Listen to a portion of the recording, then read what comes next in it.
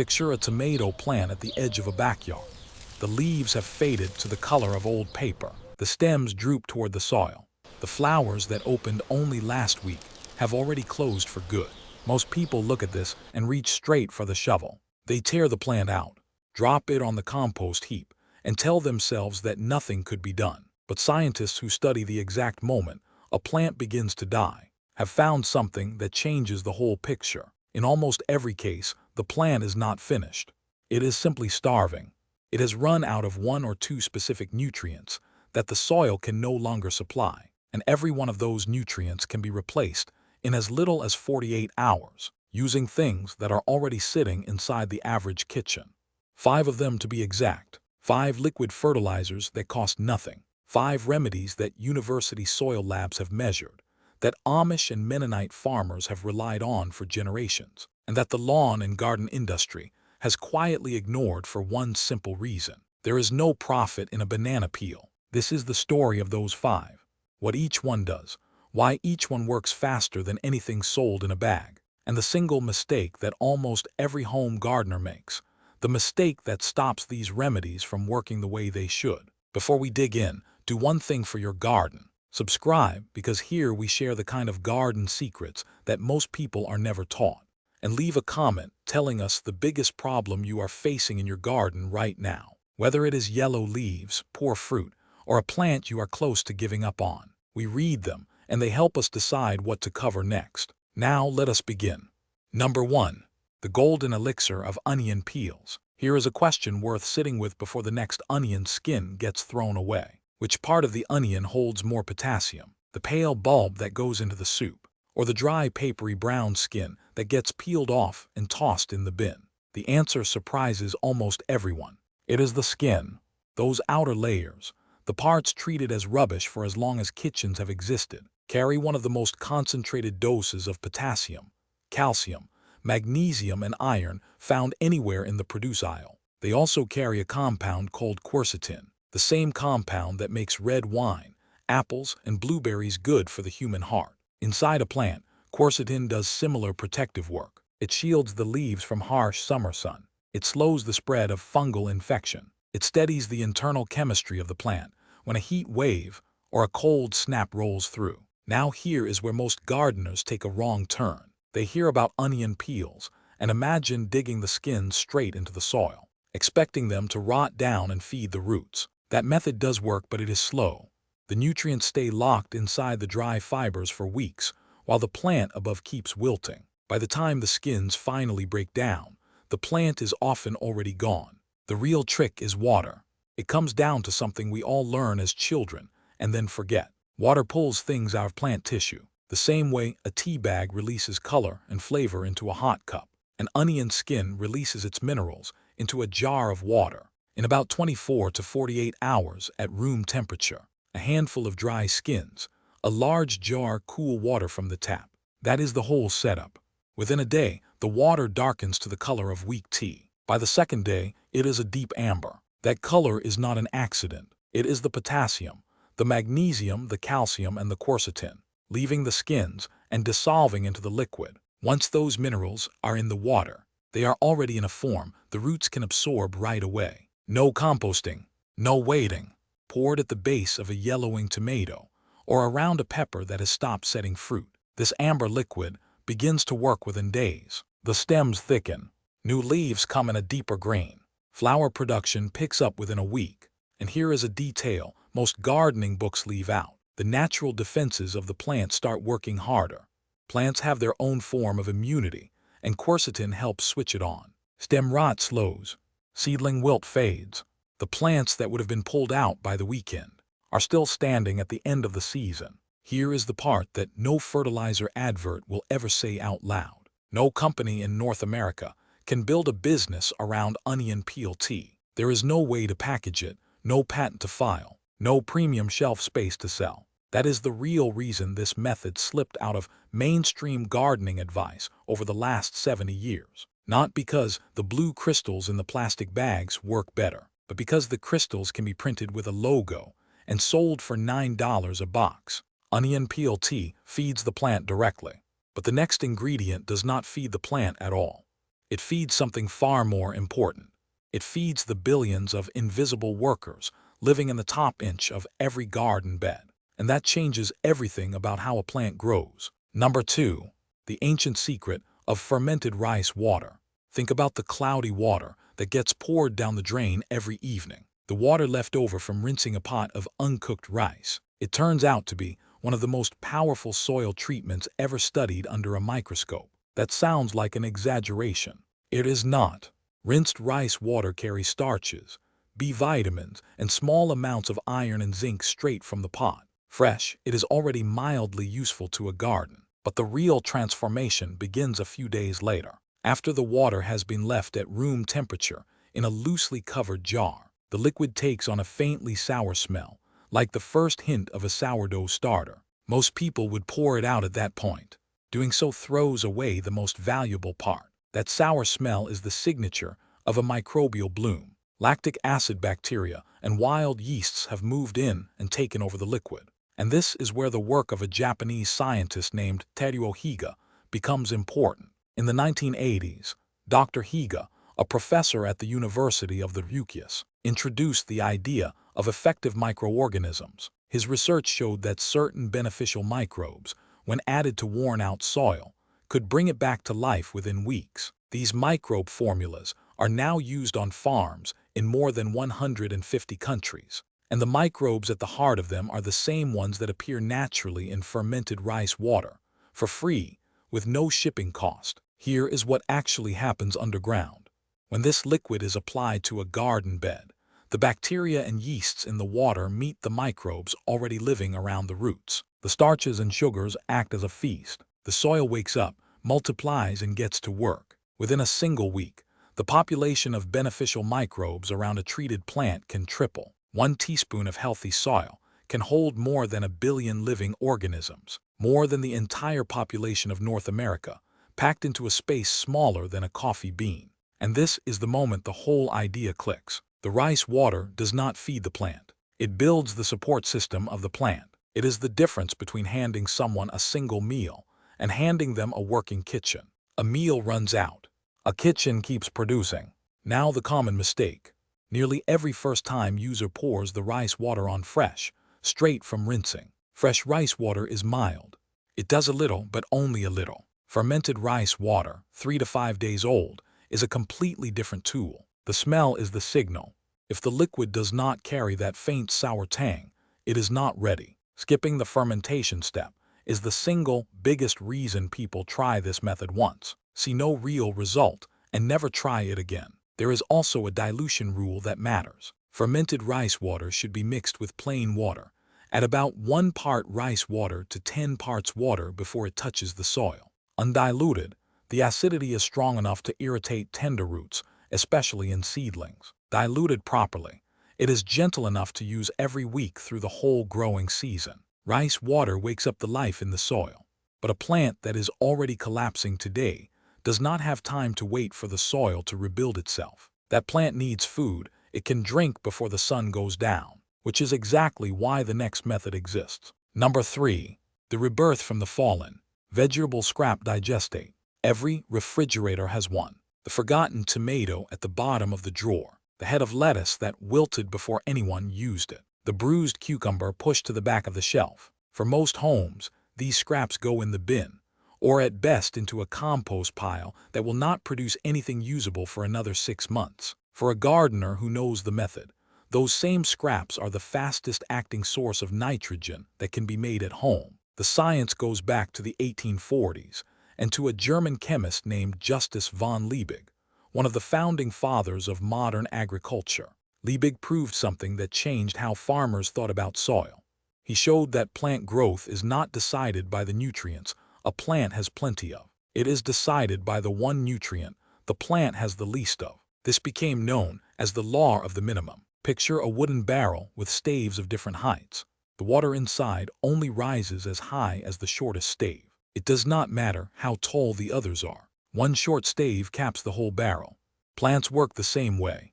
If a tomato has generous potassium and plenty of phosphorus, but not quite enough nitrogen, its growth stops at the nitrogen line, no matter how rich the rest of the soil is. And in nearly every backyard garden, nitrogen is the single most common missing stave. Green kitchen scraps carry what soil scientists call a low carbon to nitrogen ratio. In plain language, they are packed with nitrogen compared to their fiber. Overripe tomatoes, soft peppers, wilted spinach, bruised kale, tired cucumbers, all of them are nitrogen in disguise. When those scraps are crushed into a 5-gallon bucket, covered with water, weighted down with a plate to keep them under the surface, and left to ferment for about 2 weeks, something remarkable happens. Bacteria break the plant cells apart.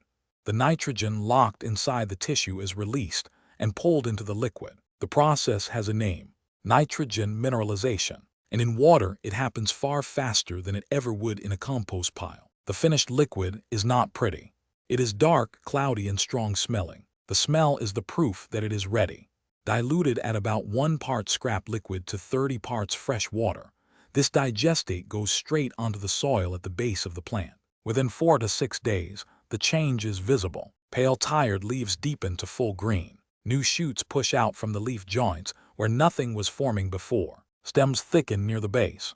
A plant that looked finished on Monday is setting new flowers by Saturday. Now the common mistake, because this one burns more gardens every summer than any other. Many gardeners, excited by the results, apply the liquid directly onto the leaves as a spray, or pour it on undiluted. Both are a disaster. The liquid is strong enough to scorch leaves on contact, and undiluted it can burn the fine root hairs beyond recovery. This method works at the soil, at the correct dilution, applied to the root zone. Never stronger, never on the leaves. Here is a quiet truth worth sitting with.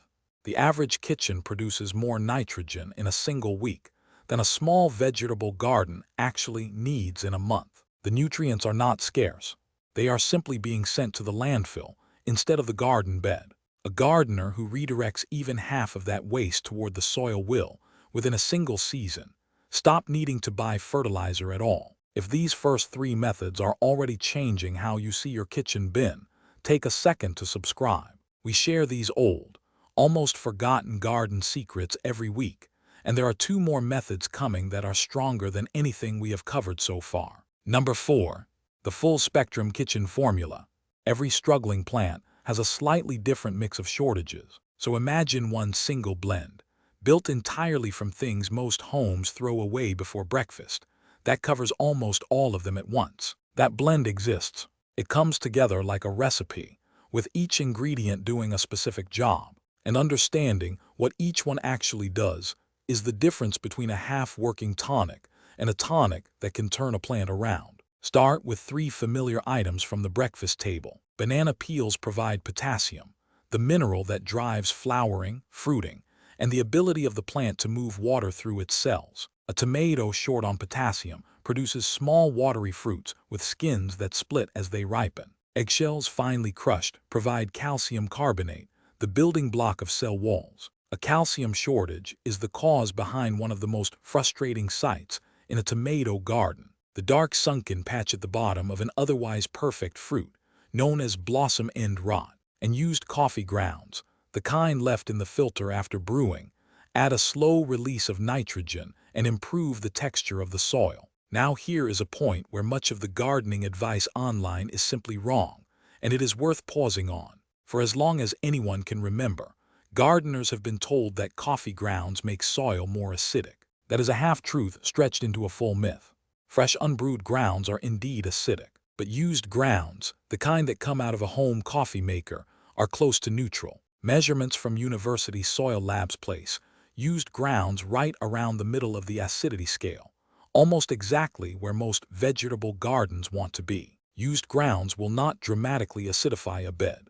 What they will do is add organic matter, feed earthworms, improve drainage, and release nitrogen slowly over several weeks. Coffee grounds are useful, just not for the reason most people think. 2 more ingredients take this recipe from good to exceptional. The first is Epsom salt, which is really magnesium sulfate. Magnesium sits at the exact center of every chlorophyll molecule in every green leaf on Earth. No magnesium, no chlorophyll. No chlorophyll, no photosynthesis. When magnesium runs low, leaves begin to yellow between the veins while the veins themselves stay green, a pattern called intervenal chloroses. 1 tablespoon of Epsom salt dissolved into the brew delivers a direct magnesium boost that can reverse this within days. A careful warning belongs right here, because this is where well-meaning gardeners get into trouble. Yellow leaves can have many causes. Nitrogen shortage yellows the older leaves first.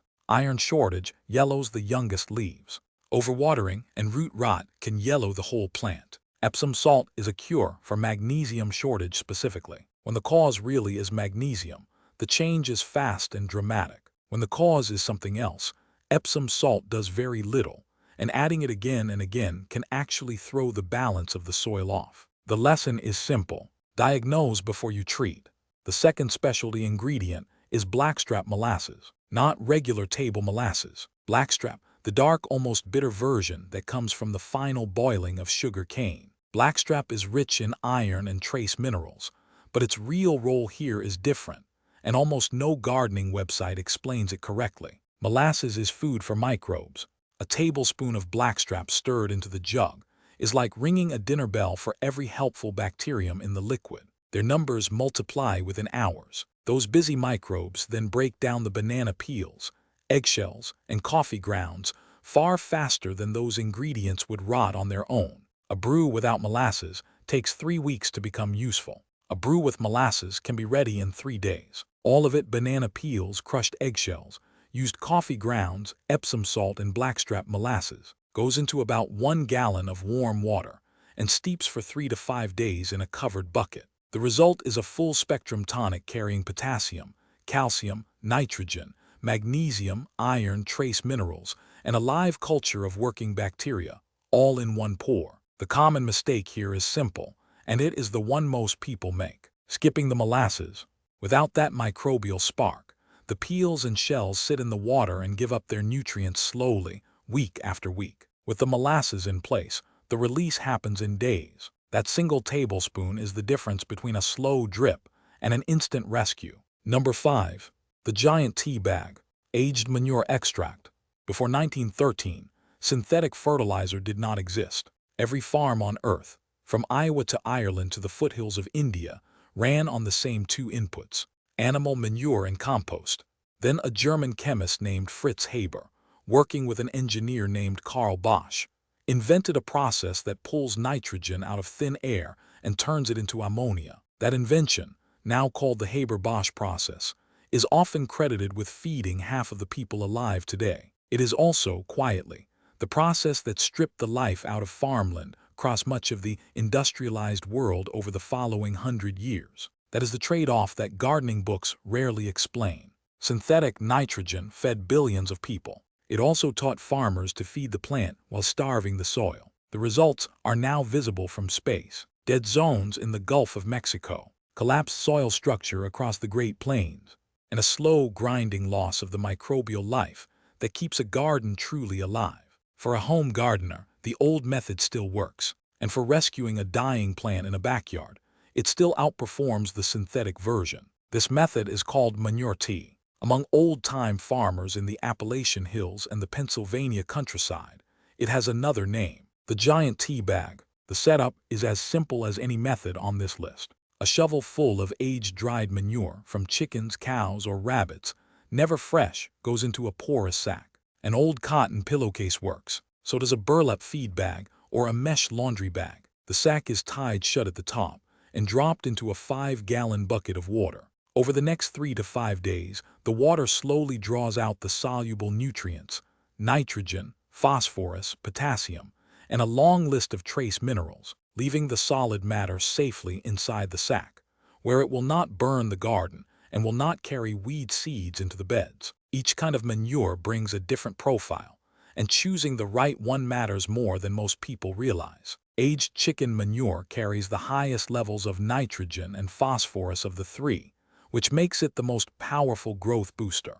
A single cup of chicken manure tea, properly diluted, can push a tired tomato back into heavy flowering within a week. Cow manure is more balanced, lower in nitrogen, but excellent for building the long-term structure of the soil and feeding the humus layer beneath the topsoil. Rabbit manure is the quiet secret of experienced gardeners. It is the only common manure that can be applied raw without burning roots, because its nitrogen is already in a mild form. Rabbit-based tea is the gentlest option and the safest for young seedlings. Here is the mistake that ruins more manure tea gardens than any other. Using fresh manure. Fresh droppings from any animal carry too much ammonia. They also carry weed seeds and pathogens from whatever the animal has been eating. A single bucket of fresh manure, applied too generously, can scorch an entire row of seedlings within 48 hours. The manure must be aged, ideally for 6 months to a year, before it ever goes into the bag. There are no shortcuts on this step. Once the tea is brewed, dilution becomes the next decision. The finished liquid gets thinned down to the color of weak iced tea, roughly 1 part tea to 10 parts clean water, before a single drop touches the garden. That ratio is not a guess. It is the line between a tonic that heals and a tonic that burns. Applied at the right strength, a single cup poured at the root zone can keep a tomato thriving for a full week, sometimes longer. There is one more detail worth knowing, because old farmers swear by it and modern soil science now agrees. Manure tea works best when it is applied in the cool hours, early morning or the last hour before sunset. In the heat of midday, much of the nitrogen escapes into the air before the roots can take it up. In the cool of evening, the soil holds on to the nutrients, and the plant drinks at its own pace overnight. The final result is a fertilizer that combines every essential nutrient a plant needs with the living microbes that help the plant actually use them. It is a full ecosystem in a single bucket, and it costs nothing beyond what the animals have already given for free. So there they are.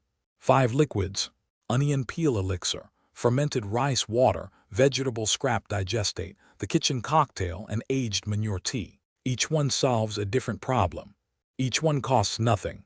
Each one begins to work within a week, and some within a day or two. What ties all 5 together is the principle underneath them. The things we so often call waste in a modern kitchen are, in almost every case, the exact inputs a garden needs to come back to life. The gardener who understands this has a supply of fertilizer that will never run out, never raise its price, and never carry a warning label. In return, the garden asks only that its keeper pays attention and remembers how the old methods worked. So the next time a tomato starts to yellow, or a pepper stops setting fruit, or a proud old zucchini begins to fade, pause before you reach for the shovel. The cure is very likely already sitting in your bin. If any of these 5 struck a chord, leave a comment telling us which one you will try first. Subscribe so you do not miss the next set of garden secrets that most people are never taught, and share this with a fellow gardener who has been losing more plants than they have been saving. Because every kitchen that turns its scraps back into the soil is one more small piece of something worth holding on to. Happy gardening!